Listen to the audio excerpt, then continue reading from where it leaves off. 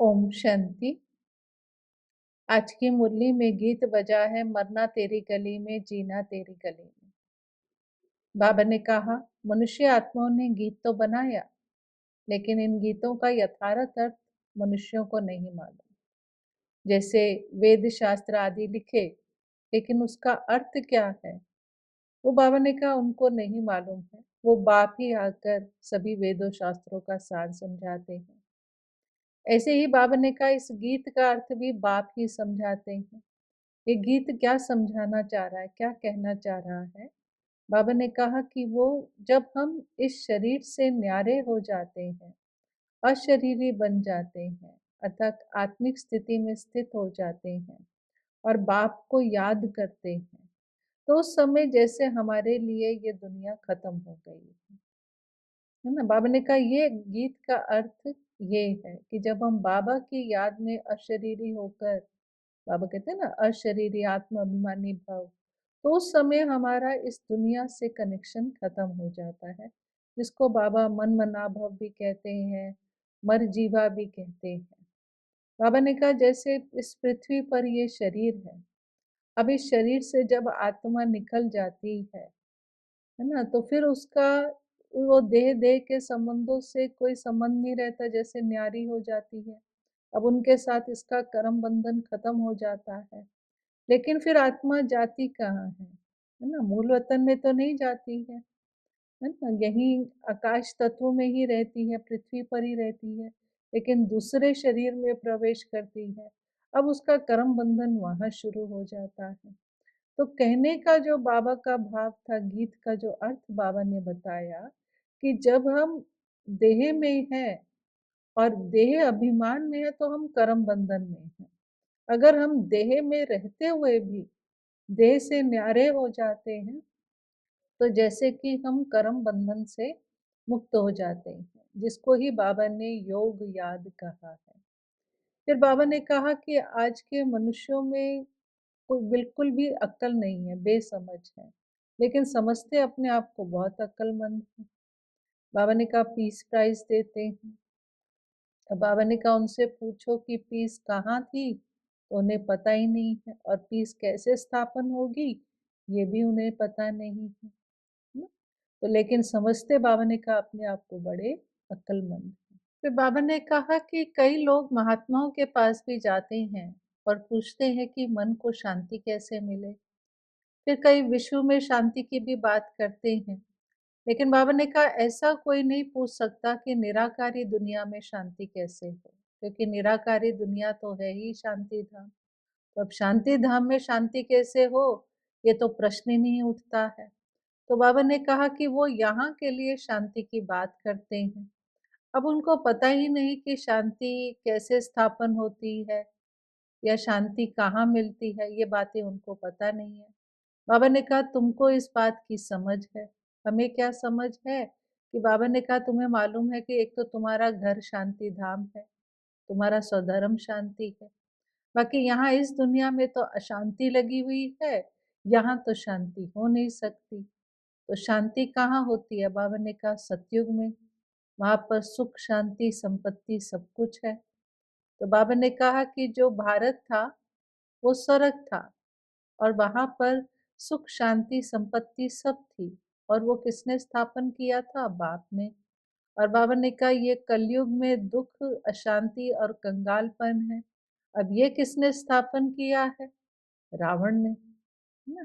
तो बाबा ने कहा अब ये बातें तुम बच्चे समझते हो, लेकिन दुनिया वालों को इन बातों की समझ नहीं है। फिर बाबा ने कहा कि देखो कलयुग के बाद तो सतयुग आना ही है, इसलिए कलयुग और सतयुग के संगम पर बाप आते हैं और प्रजापिता ब्रह्मा के द्वारा स्थापना और शंकर द्वारा विनाश कराते हैं।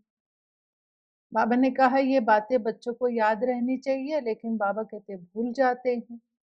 अगर याद रहे तो बाबा ने कहा खुशी भी रहे और बाप की याद भी रहे, है ना, कि कैसे बाबा इस समय ये कार्य कर रहे हैं, ब्रह्मा द्वारा स्थापना और शंकर द्वारा विनाश। फिर बाबा ने कहा जो तुम जानते हो ये तुम्हें दूसरों को भी समझाना है ना। समझाना भी एक विधि होती है जिससे हमें ज्ञान की स्मृति रहती है, बाबा की याद रहती है। इसलिए बाबा पढ़ने के साथ पढ़ाना भी कहते हैं। तो बाबा ने कहा अब तुमको दुनिया को समझाना है कि अब ये पुरानी दुनिया खत्म होने वाली है। ये वही महाभारी महाभारत लड़ाई है। तो इस समय परमात्मा आकर राजयोग सिखला रहे हैं, और जो ये राजयोग सीख रहे हैं वह नई दुनिया में जाएंगे, ना, जो परमात्मा नई दुनिया ब्रह्मा द्वारा स्थापन कर रहे हैं। तो बाबा ने कहा कि आपको ये भी बताना है कि सबसे ऊंच से ऊंच है भगवान, फिर उसके बाद आओ तो ब्रह्मा विष्णु और शंकर, फिर उसके बाद बाबा ने कहा कि जगत अम्बा जगत पिता आ जाते हैं। फिर बाबा ने कहा कि जो ये स्थापना का कार्य है, ये स्थापना कार्य का कार्य शिव बाबा ब्रह्मा द्वारा करवा रहे हैं। तो प्रजापिता ब्रह्मा कहाँ है? बाबा ने कहा यहाँ है, क्योंकि स्थापना कोई सूक्ष्म वतन में तो नहीं होनी है, स्थापना यहाँ होनी है। तो प्रजापिता ब्रह्मा भी यहाँ पर है। तो बाबा ने कहा यही ब्रह्मा व्यक्त है और यही फिर अव्यक्त होता है। फिर उसके बाद बाबा ने कहा कि विष्णु के दो रूप हैं, है ना। तो बाबा ने कहा कि ये जो बातें हैं, अब ये हमको जो है दुनिया वालों को समझानी है। लेकिन बाबा ने कहा समझाते समय ये भी परखना है कि उनको ये बातें समझ में आ रही हैं या नहीं आ रही हैं। तो बाबा ने कहा साथ साथ नब्ज भी देखनी चाहिए कि उसको समझ आ रहा है। जैसे बाबा ने कहा कि बहुत मशहूर वैद्य था अजमल खां, तो वो नब्ज देख करके बता देता था, परख लेता था। तो बाबा ने कहा कि ऐसा तुम्हारे अंदर भी ये परख शक्ति होनी चाहिए। फिर बाबा ने कहा कि बाबा की बातें हमें कैसे समझ आती हैं, बाबा जो है जैसा है ना, क्योंकि वो तो निराकार है, बिंदु रूप है, लेकिन हम कैसे समझ पा रहे हैं। तो बाबा ने कहा कि उसका आधार है कि आपको जो बाबा ने दिव्य बुद्धि दी है, उस दिव्य बुद्धि के आधार पर तुम मैं जो हूँ जैसा हूँ तुम मुझे जान पाते हो। अब बाबा ने कहा दिव्य बुद्धि भी किसको मिलती है ना, जो बाप को याद करते हैं, जिनकी बाप से प्रीत है। बाप तो क्या कहता है? बाप कहता है कि मुझसे प्रीत बुद्धि बनो, एक बाप को याद करो, अल्लाह को याद करो, है ना, तो तुम्हारी बुद्धि पावन हो जाएगी, है ना।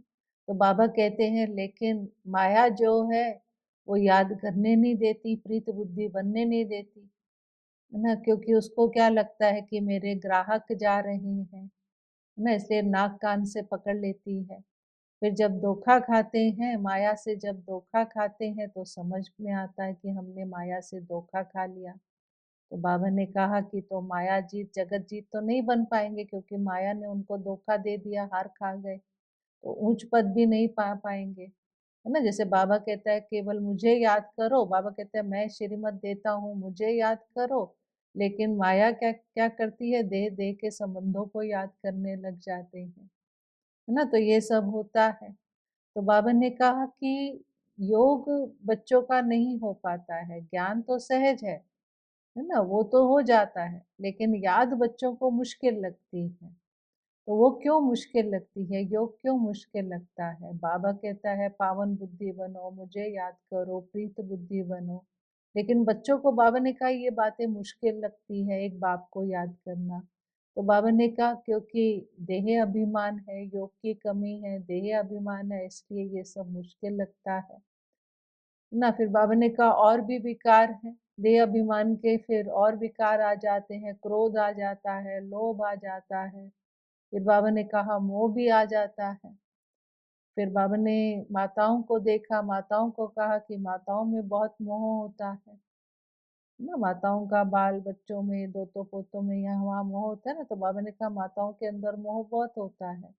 तो बाप क्या कहता है? बाप कहता है मेरे से मोह रखो, अगर मोह रखना ही है तो बाबा से मोह रखें।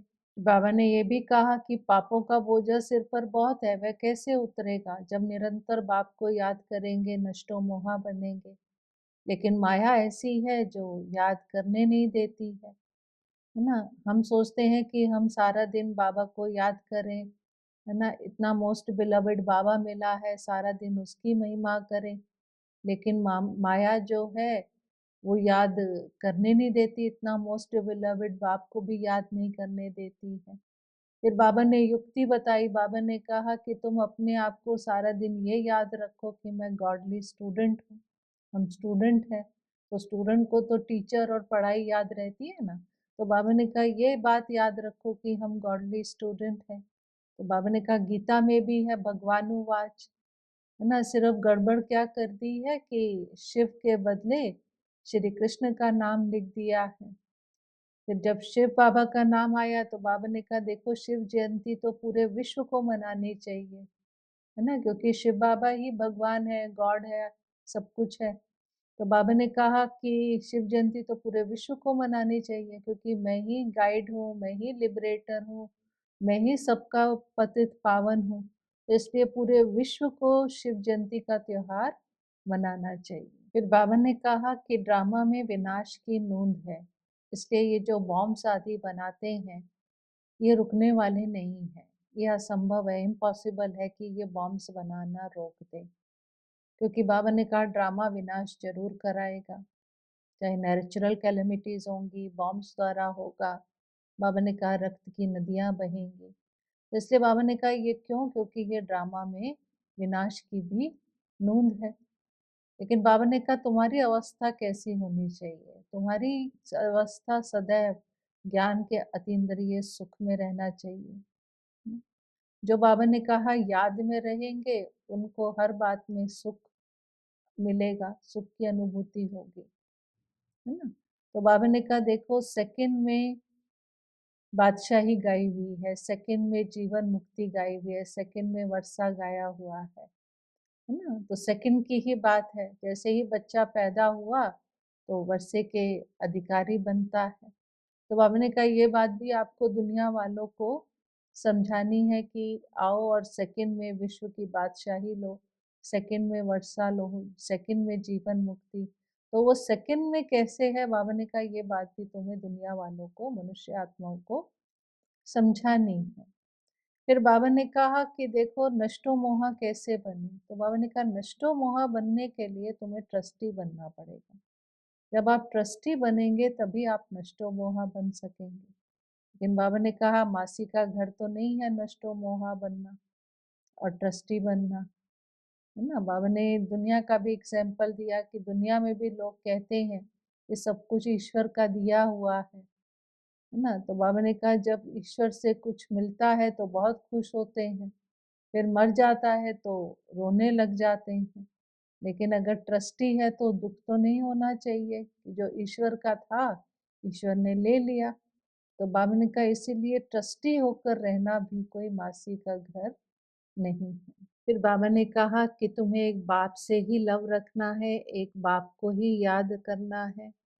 भल मनसा में संकल्प आएंगे लेकिन कर्म इंद्रियों से कोई भी विकर्म नहीं करना है। और बाबा ने कहा बाप से राय भी लेते रहो, श्रीमत लेते रहो, है ना। फिर बाबा ने कहा कि यहाँ सबसे वंडरफुल बात क्या है कि दादा है निराकार और बाप है साकार, और साकार द्वारा हम निराकार का वर्षा लेते हैं, शिव बाप का वर्षा लेते हैं, है ना। दोनों बाबा हैं। बाबा ने कहा वो भी बाबा ये भी बाबा, वो शिव बाबा ये ब्रह्मा बाबा, वो निराकार ये साकार। फिर बाबा ने कहा कि अब भारत जो है स्वर्ग था, गोल्डन एज था, और भारत ही अब नरक कलयुग बना है। तो बाबा ने कहा ये हिस्ट्री ज्योग्राफी जो है ये कॉलेज में बच्चों को बतानी चाहिए।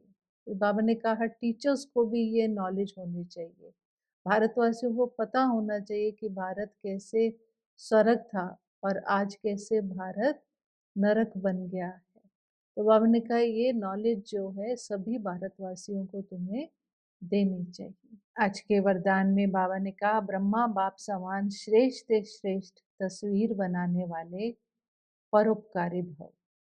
बाबा ने कहा कि श्रेष्ठ कर्म और श्रेष्ठ स्मृति से बच्चों ने अपने तकदीर की तस्वीर तो बनाई है, लेकिन बाबा ने कहा अब लास्ट टचिंग रह गई है। जैसे कोई पिक्चर बनाते हैं तो उसमें लास्ट फिनिशिंग टच देते हैं ना, तो बाबा ने कहा वो लास्ट टचिंग रह गई है। वो लास्ट टचिंग क्या है, जैसे ब्रह्मा बाप ने श्रेष्ठ से श्रेष्ठ तस्वीर बनाई, है ना, वो है संपूर्णता की। अब ये संपूर्णता लाने के लिए बाबा ने कहा आपको क्या करना पड़ेगा, आपको परोपकारी बनना पड़ेगा। परोपकारी अर्थात निस्वार्थ, जिसके अंदर कोई भी स्वार्थ भाव ना हो, निस्वार्थ भाव से, चाहे कोई भी परिस्थिति हो, व्यक्ति हो, संगठन हो। लेकिन बाबा ने कहा कि आपका हर एक के प्रति निस्वार्थ भाव हो। तो निस्वार्थ को बाबा ने कहा परोपकारी बनना है। फिर बाबा ने कहा जब आपका ये अवस्था होगी तो उसकी निशानी भी बाबा ने कहा कि ये होगी कि आप भरपूर अनुभव करेंगे, ऐसा लगेगा आपके पास सर्व प्राप्ति है और आप स्व के लिए कुछ भी स्वीकार नहीं करेंगे। तो मेन जो बाबा ने कहा कि जो लास्ट टचिंग संपूर्णता की देनी है हमें, वो है परोपकार के द्वारा। आज के स्लोगन में बाबा ने कहा सर्वस्व त्यागी बनने से ही सरलता और सहनशीलता का गुण आएगा। ओम शांति।